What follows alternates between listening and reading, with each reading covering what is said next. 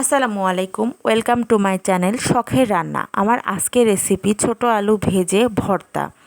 তো যারা যারা এই রেসিপিটা খেয়েছেন তারা জানেন কতটা টেস্টি, আর যারা খাননি তারা অবশ্যই আজকে আমার রান্নাটা দেখার পর ট্রাই করবেন। তো চলুন শুরু করা যাক আজকের রেসিপি। প্রথমে লাল ছোট সাইজের আলুগুলো আপনারা নেওয়ার চেষ্টা করবেন। বাজারে যে সবচেয়ে ছোট সাইজের আলুগুলো পাওয়া যায়, এই আলুগুলো দিয়ে মূলত এই ভর্তাটা তৈরি করতে হয়। তো আমি আলুগুলোর মাঝখান দিয়ে কেটে সুন্দরভাবে ধুয়ে নিয়েছি। কেটে নিতে হবে, কারণ না হলে আপনারা যখন বাটতে যাবেন তখন বারবার আলু গড়ে যাবে এদিকে ওদিকে।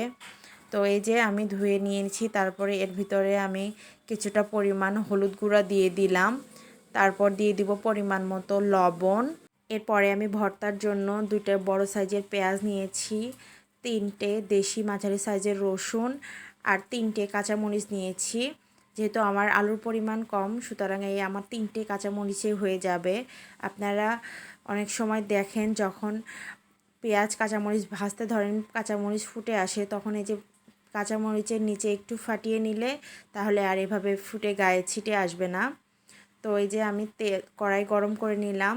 এখানে পর্যাপ্ত পরিমাণে তেল দিয়ে দিতে হবে। এই আলু ভাজাতে খুব বেশি তেলের প্রয়োজন হয় না, সামান্য পরিমাণ তেল দিয়ে দিলেই হয়ে যাবে। এরপর আমি কেটে রাখা পেঁয়াজ, রসুন আর কাঁচামরিচ দিয়ে দিলাম। এখন সুন্দরভাবে নেড়ে ভেজে নিতে হবে। পেঁয়াজ কাঁচামরিচটা একটু হালকা লালচে করে ভেজে নিতে হবে, সম্পূর্ণ মচমচে বা একদম ব্রাউন করে ফেলা যাবে না, একটু লালচে লালচে করে ভেজে নিলেই হয়ে যাবে, যেন কাঁচা না থাকে। তো এই তো আমার পেঁয়াজ কাঁচামরিচটা ভাজা হয়ে গেছে। এখন আমি লবণ হলুদ দিয়ে রাখা ছোট আলুগুলো এর মধ্যে দিয়ে দিব। দিয়ে সব কিছু একটু ভালোভাবে নেড়ে চেড়ে মিশিয়ে নিয়ে তারপরে একটু পরিমাণ মতো পানি দিয়ে দিব, যেন আলুটা ভালোভাবে সিদ্ধ হয়ে যায়।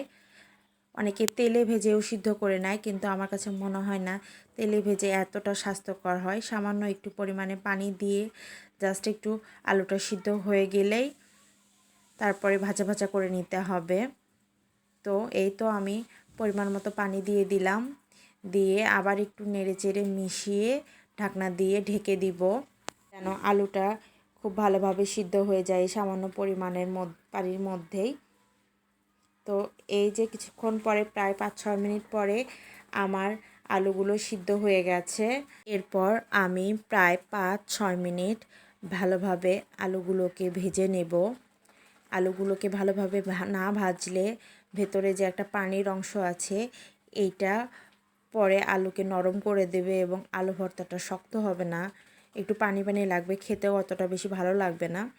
তো আপনারা চেষ্টা করবেন একটু ধৈর্য ধরে 5-6 মিনিট সুন্দর করে ভেজে নিতে, তাহলে আলু ভর্তাটা অনেক শক্ত হবে, টাইট হবে এবং খেতেও অসম্ভব মজার লাগবে। তো আমি ভালোভাবে আলুগুলোকে ভেজে নিচ্ছিলাম। দেখুন আলুগুলোকে কিন্তু একদম সিদ্ধ হয়ে গেছে, আলু একদমই শক্ত নেই। তো এভাবে আপনারা আলুগুলোকে অনেকটা সময় ধরে একটু ভেজে নেবেন। তো এই তো আলুগুলো আমার ভালোভাবে ভেজে নেওয়া হয়ে গেছে। তো এখন আমি চলে যাব পাটায় ভর্তা করতে। তো এই যে আমি শিলপাটায় আলুগুলো নিয়ে নিয়েছি। আপনারা চেষ্টা করবেন এই ভর্তাটা শিলপাটায় করতে, কারণ আলুগুলো একটু আঠালো হয়, ব্লেন্ডারে আপনার ভর্তাটা ভালো হবে না। এই ভর্তা বলতেই শিলপাটাতেই ভর্তার টেস্টটা অনেক ভালো আসে। তো আমি এই যে ভর্তাগুলো বেটে নিচ্ছিলাম শিলপাটায় ভালোভাবে। বেশি সময় ধরে ভর্তাটি বাটার দরকার নেই, জাস্ট 2বার ভর্তা বেটে নিলেই জাস্ট সুন্দরভাবে ভর্তাটা তৈরি হয়ে যাবে, আলু আস্ত থাকবে না এবং খেতেও অসম্ভব মজার লাগবে। তো এই যে এর মধ্যে আমার ভর্তাটা করা শেষ হয়ে গেল। জাস্ট 2বার একটু বেটে নিলেই আলুগুলো একদম ম্যাশ হয়ে যাবে এবং ভর্তাটাও অনেক ভালো হবে। দেখুন ভর্তাটা কতটা পরিমাণ শক্ত হয়েছে, এবং এই ভর্তাটা দিয়ে আপনারা জাস্ট 1 প্লেট ভাত নিমিষেই খেয়ে ফেলবেন। অসম্ভব মজার হয় এই ভর্তাটা। আপনারা অবশ্যই বাসায় ভর্তাটা ট্রাই করবেন এবং আমাকে জানাবেন কমেন্টে কেমন হয়েছে। এবং অবশ্যই আমার রেসিপিটি ভালো লাগলে আমার চ্যানেলে একটা লাইক এবং সাবস্ক্রাইব করে রাখবেন, নতুন নতুন রেসিপি তাহলে আমি আপলোড দেওয়ার সঙ্গে আপনারা দেখতে পাবেন।